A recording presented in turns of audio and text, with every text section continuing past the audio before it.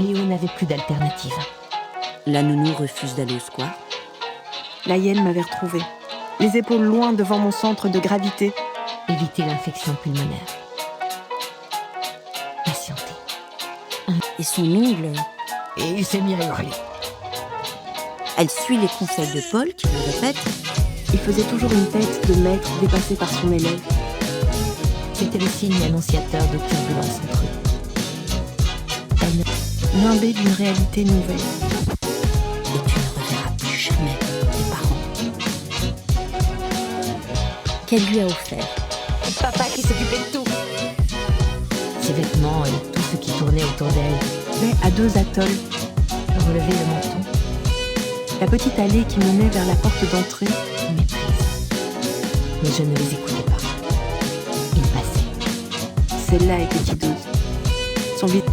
Et puis, elle a regardé dormir la prévenue sur son lit blanc. J'espérais que cela aurait calmé les flammes, consumé mon cœur et mon esprit.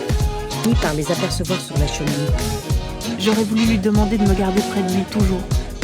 Tout comme mes parents. On déplace un élément dans le grand équilibre de l'univers. Ce qui me déchiquetait l'intérieur devait sortir et manger quelqu'un. J'ai bondi. Il mange avec un appétit incroyable. À 2 reprises. Lorsque Myriam s'est excusée d'avoir manqué les dernières réunions et d'avoir envoyé Louise à sa place, la maîtresse aux cheveux gris a fait un large geste de la main. Comme toujours, elle vide la machine à laver. Il chuchotait dans ses grandes oreilles. Les poignées des placards ont été passées à l'éponge. Je la reconnus à sa façon brusque de violenter la porte. Je lui ai demandé si elle avait avancé de son côté avec l'orage. Puis à sa bouche. Il y a plein de sang dans ton assiette. Je me suis procuré toute la documentation possible sur Marie Curie. Nous nous trouvions trop loin pour qu'il tente quoi que ce soit, et de toute façon, de toute sa superbe. Depuis, il répond à nos questions, mais il semble distant, comme en colère.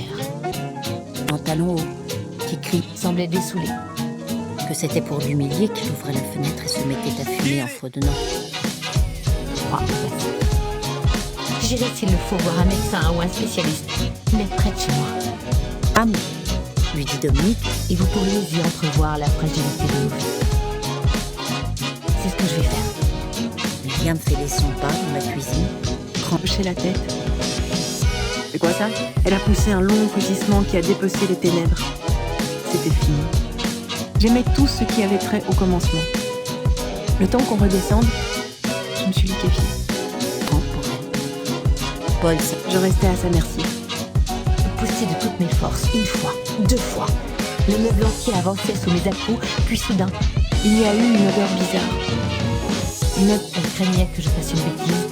C'était le premier souvenir que j'avais de ce matin-là. On m'avait retiré tous mes effets personnels, éclata mordant. Et la proie, ce sera... Plus dans les détails, Il m'a souri et a répondu « On ne sait jamais ».